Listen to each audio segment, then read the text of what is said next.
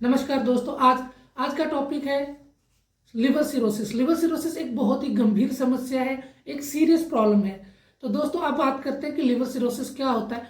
Liver cirrhosis दोस्तों hepatitis, viral hepatitis या फिर अल्कोहलिक एब्यूज के कारण या alcohol excessive use of alcohol के कारण होता है। अगर हिंदी में बात करें तो अगर किसी को वायरल हेपेटाइटिस हो जाता है तो उसे लिवर सिरोसिस होने का खतरा है, या फिर कोई आदमी बहुत ज़्यादा शराब का सेवन करता है तो उसे भी होता है, या फिर किसी को रेगुलरली फैटी लिवर रहता है तब भी उसे लिवर सिरोसिस हो सकता है। कई लोगों में जो लिवर सिरोसिस है या लिवर की प्रॉब्लम है वो जेनेटिक भी देखी जाती है। आइडियोपैथिक लिवर डिजीज है, उनको भी इस तरीके की समस्या से जूझना पड़ सकता है। कुछ दवाइयों के साइड इफेक्ट के तौर पे भी लिवर की प्रॉब्लम हो सकती है, जिस जो बाद में लेटर ऑन लिवर सिरोसिस में कन्वर्ट हो जाती है। लिवर सिरोसिस एक बहुत ही गंभीर समस्या है जिसमें लिवर फेल हो जाता है और लिवर प्रॉपरली काम नहीं करता।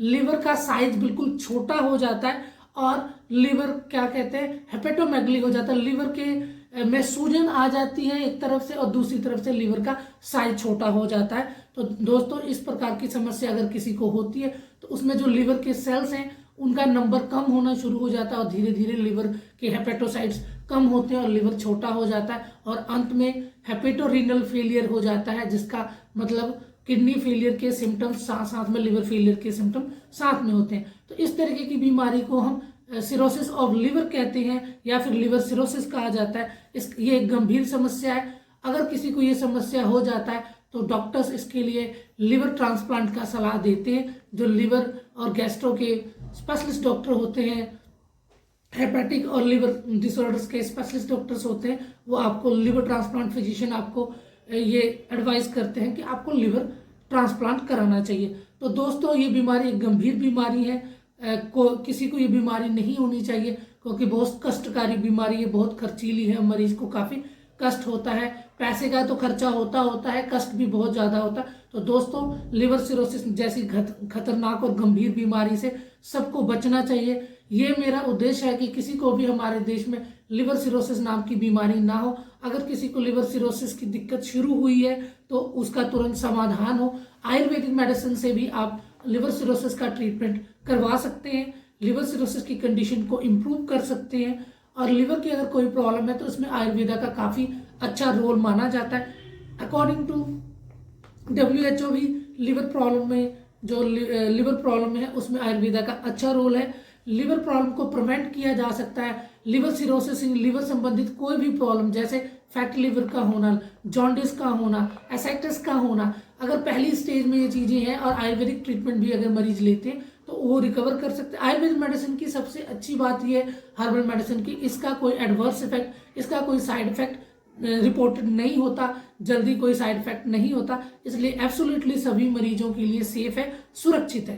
तो दोस्तों मैंने आपको बताया कि लिवर सिरोसिस एक गंभीर बीमारी है। उसका कारण वायरल हेपेटाइटिस होता है। अल्कोहलिक मरीजों को जो शराब का ज़्यादा सेवन करते हैं, एक्सेसिव करते हैं, उनको हो सकता है। जेनेटिक है, कई लोगों में खानदानी लिवर प्रॉब्लम होती है, उनको हो सकता है। डाइटरी है, अगर आप डाइट बहुत खराब लेते हैं, मिर्च मसाला स्पाइसी फूड का लेते हैं, रेड मीट ज़्यादा लेते हैं, तो उससे भी ये दिक्कत आ सकती है। इसके अन्य कई कारण हैं, जो मेन कारण है मैंने आपको बताया। अब चलिए दोस्तों बात करते हैं कि लिवर सिरोसिस को कैसे पहचानेंगे, क्लिनिकल फीचर क्या है। तो क्लिनिकल फीचर या फिर साइन एंड सिम्टम्स क्या है जिससे हम लिवर सिरोसिस को पहचानेंगे। तो दोस्तों पहला क्लिनिकल फीचर ये है कि पेशेंट को एब्डोमिनल डिस्कम्फर्ट होता है, पेट में अजीब सी फीलिंग रहती है, भारीपन की फीलिंग रहती है, उसको नोजिया होता है, वॉमिटिंग होता है, मरीज को उल्टियां आ सकती हैं, उल्टियों का मन हो सकता है, मन मचलता रहता है, हेपेटोमेगली होती है, अर्थात लिवर का साइज जो है वो लिवर का जो साइज है वो कम हो रहा है, पर लिवर के में सूजन आने की वजह से इसे लिवर में जब सूजन आती है तो हम उसे हेपेटोमेगली कहते हैं। दोनों चीजें एक साथ होती हैं लिवर सिरोसिस में। एक तरह तो लिवर का जो साइज है वो कम हो रहा होता है, दूसरा लिवर में सूजन आ रहा होता है। तो लिवर का जो सामान्य साइज है, जो वेट है लिवर का, जो वो 1.5 किलो के करीब अप्रोक्सीमेट होता है, लेकिन जब लिवर सिरोसिस होता है तो धीरे धीरे वो लिवर सिकुड़ना शुरू हो जाता है और इसे ही लिवर सिरोसिस कहा जाता है, जो कि एक गंभीर समस्या है। लिवर सिरोसिस में दोस्तों स्प्लीन का साइज भी बढ़ जाता है जिसे हम तिल्ली कहते हैं। मसल क्रैम्प होता है। मसल क्रैम्प का मतलब ये होता है कि जकड़ाहट रहती है शरीर में, खिंचाव पड़ने लगता है बार बार। अगर किसी को लिवर सिरोसिस होता है तो उस मरीज का भार भी रेगुलरली कम होना शुरू होता है, उसे भूख नहीं लगती है, मरीज को एनोरेक्सिया हो जाता है, लॉस ऑफ वेट होता है, भूख नहीं लगती, उसको बुखार रहना शुरू हो सकता है इन्फेक्शन की वजह से। हेपेटोमेगली बहुत कॉमन है। हेपेटोमेगली उन्हीं मरीजों में ज़्यादा देखा जाता है लिवर सिरोसिस के जो शराब का ज़्यादा सेवन करते हैं या फिर जिनको अल्कोहलिक लिवर डिजीज होता है, उनमें हेपेटोमेगली ज़्यादा देखा जाता है।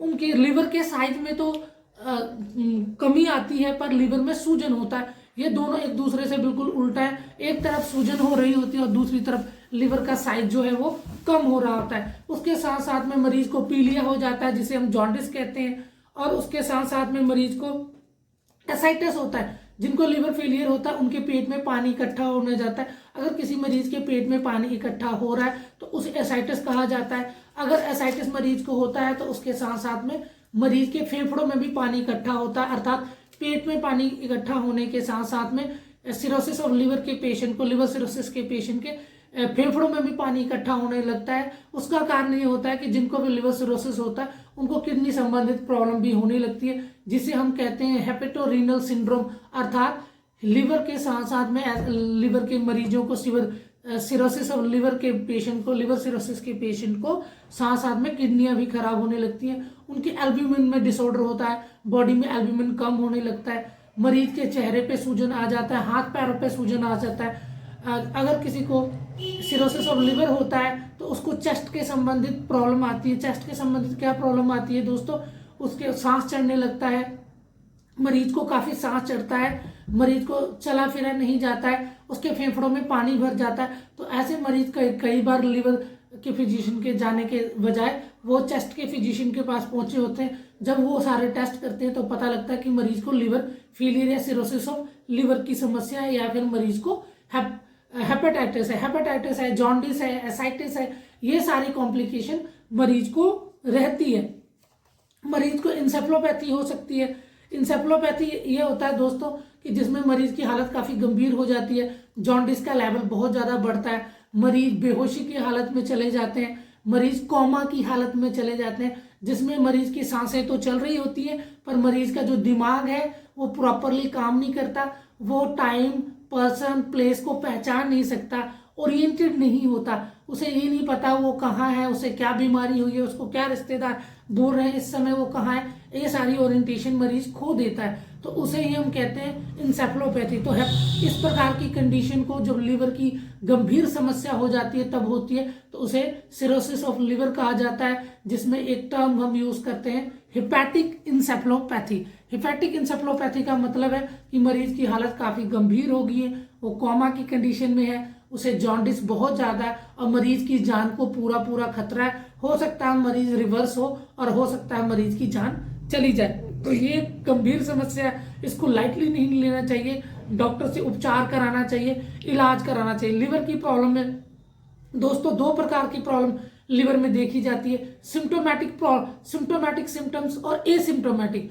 बहुत से लिवर के मरीज ऐसे होते हैं जिनको पता ही नहीं होता कि उनको लिवर की दिक्कत है, कभी किसी और प्रॉब्लम की वजह से नॉर्मल उनका अल्ट्रासाउंड अगर डॉक्टर करते हैं तो पता लगता है कि उनको लिवर की समस्या है। इस प्रकार के मरीज ज्यादा खतरनाक होते हैं, जिन्हें हम एसिम्टोमेटिक पेशेंट्स कहते हैं, जिनमें कोई भी लक्षण नहीं आते या फिर लक्षण आते हैं जैसे पेट में हल्का फुल्का दर्द, हल्की बेचैनी, उल्टी, तो डॉक्टर्स भी कंफ्यूज हो जाते हैं और उसका इलाज एक नॉर्मल तरीके से करते हैं। जो नॉर्मल जनरल फिजिशियंस होते हैं वो डिटेक्ट नहीं कर पाते। लेकिन दूसरी कैटेगरी उन लोगों की है जो सिम्टोमेटिक होते हैं, जिनको सिम्टम्स आते हैं। जिनको क्या सिम्टम्स आते हैं? लीवर का साइज बढ़ जाएगा, पेट में दर्द होगा, उल्टियां होंगी, भूख लगना कम हो जाएगा, बुखार आएगा, उनको जॉन्डिस हो सकता है, पीलिया हो सकता है, भार कम हो जाएगा, सांस लेने में दिक्कत होगी, फेफड़ों में पानी इकट्ठा हो जाएगा, उनके पैर सूज जाएंगे, किडनी से संबंधित हेपेटोरीनल सिंड्रोम हो जाएगा, मतलब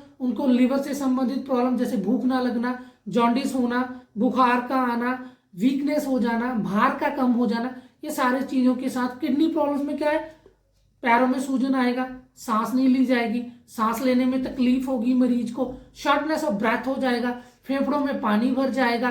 तो ये सारे सिम्टम्स इकट्ठे हो जाते हैं सिरोसिस ऑफ लिवर में, इसलिए एक जानलेवा बीमारी बनता है। तो दोस्तों अब एंडोक्राइन सिम्टम्स की बात करें, एंडोक्राइन सिस्टम की प्रॉब्लम जो क्लिनिकल फीचर है सिरोसिस में वो ये कि सिरोसिस ऑफ लिवर के पेशेंट के बाल भी झड़ते हैं दोस्तों, हेयर लॉस हो जाता है पेशेंट्स को, उसको जो है सेक्सुअल सिम्टम्स में ये होता है कि उसका सेक्स करने का मन नहीं होता, लॉस ऑफ लिबिडो जिसे हम बोलते हैं। ये बहुत ही अनकॉमन सिम्टम्स है जिसको हम फाइंड करें, पर ये होता है, बाल भी झड़ते हैं और ये चीज की भी प्रॉब्लम मरीज को आती है। कभी कभी मरीज को साइनोसिस हो सकता है, मरीज देखने में नीला पड़ जाता है, ये समस्या भी लिवर सिरोसिस के पेशेंट को आता है। तो दोस्तों ये सारी प्रॉब्लम होती है, लिवर स्मॉल हो जाता है, लिवर का साइज बढ़ जाता है, पेट में डिस्कम्फर्ट होता है, जॉन्डिस हो जाता है। तो ये सारे सिम्टम्स से डॉक्टर पहचान सकते हैं आसानी से कि मरीज को लिवर सिरोसिस है। अब बात करते हैं मैनेजमेंट की दोस्तों।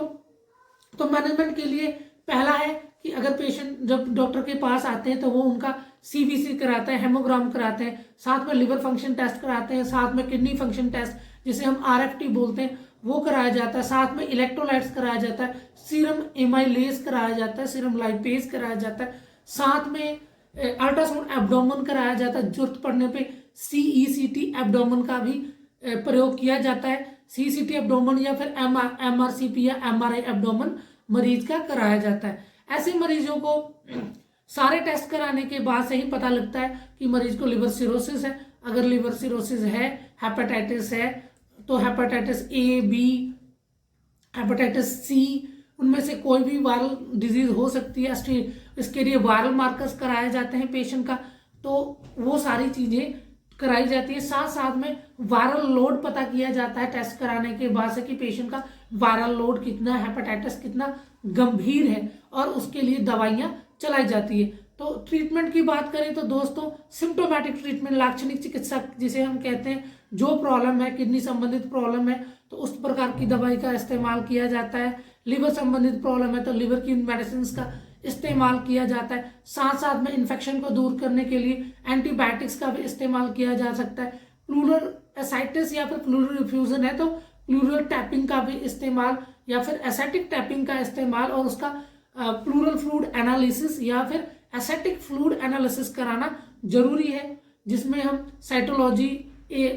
साइटोलॉजी कराते हैं, एएफबी कराते हैं और सारी चीजें कराने के बाद मरीज की रिपोर्ट के हिसाब से ट्रीटमेंट करना जरूरी है। अगर गंभीर समस्या होती है लिवर की तो लिवर ट्रांसप्लांट की सलाह मरीज को दी जाती है। ये समस्या काफी गंभीर है तो दोस्तों इससे बचना जरूरी है।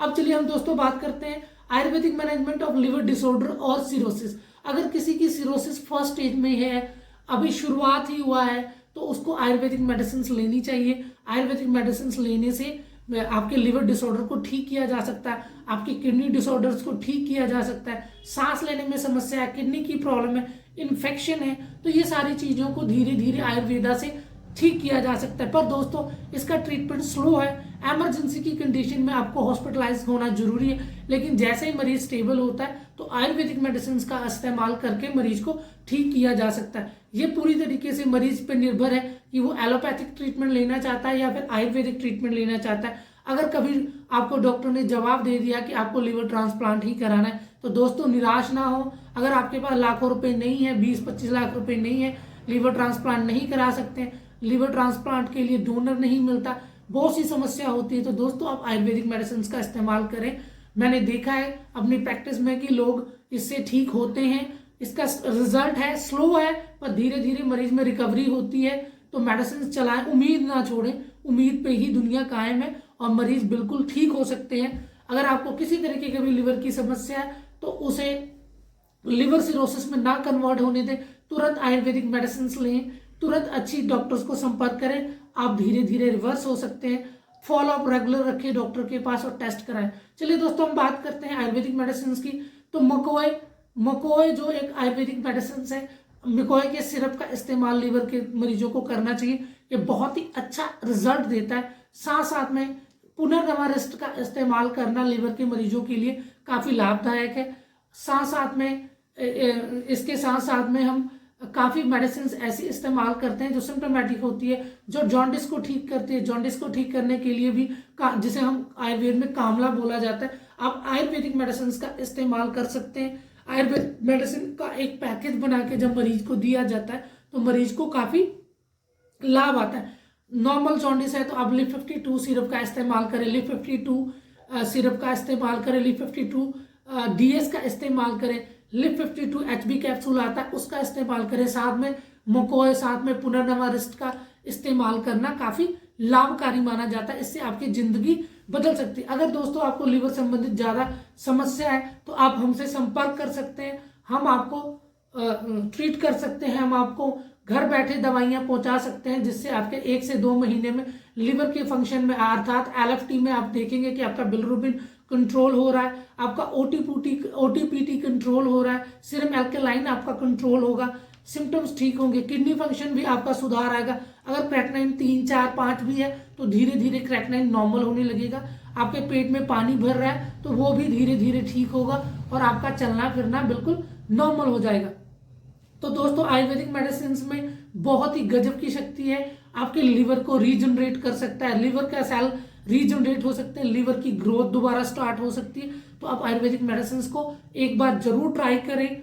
अगर आपको किसी तरीके की कोई समस्या आती है आप हमसे संपर्क कर सकते हैं, हम हमारे पोस्ट को देखें, हमें संपर्क करें, हम आपको आयुर्वेदिक मेडिसिन घर बैठे पहुंचा सकते हैं। और जिस मेडिसिन का मैंने बात की, जो मेडिसिन मैंने बात की, लाइफ वेदा, आयुर्वेदा और हर्बल प्रोडक्ट्स हैं जो बहुत ही अच्छे हैं। मैंने अपने काफ़ी पेशेंट्स को चलाए हैं और ये एक बहुत ही इफेक्टिव मेडिसिन है लाइफ वेदा।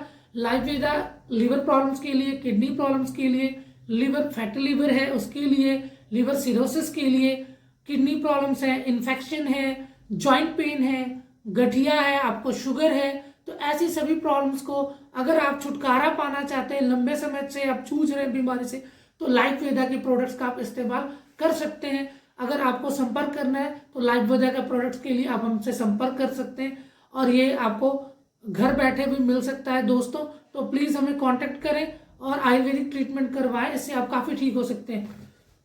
अब बात करते हैं आयुर्वेदा में मैंने जो हर्ब्स बताए हैं आपको, इसमें आपको गोचरू है, आपको पुनर्नवा है, आपको लिप 52 है, साथ में कुटकी है, चिरायता है, ये सारे लिवर के प्रोटेक्टिव ड्रग्स हैं जो बहुत ही हम लाइफ वेदा आयुर्वेदा में कम से कम 30-40 ऐसे ड्रग्स डले हैं जिनसे आपका लिवर तुरंत ही काम करने लग जाता है, एक्टिव हो जाता है, किडनी फंक्शन दोबारा से स्टार्ट हो जाती है, आपका शुगर मैनेज हो जाता है, तो ये सारी समस्या आपकी दूर हो जाती है।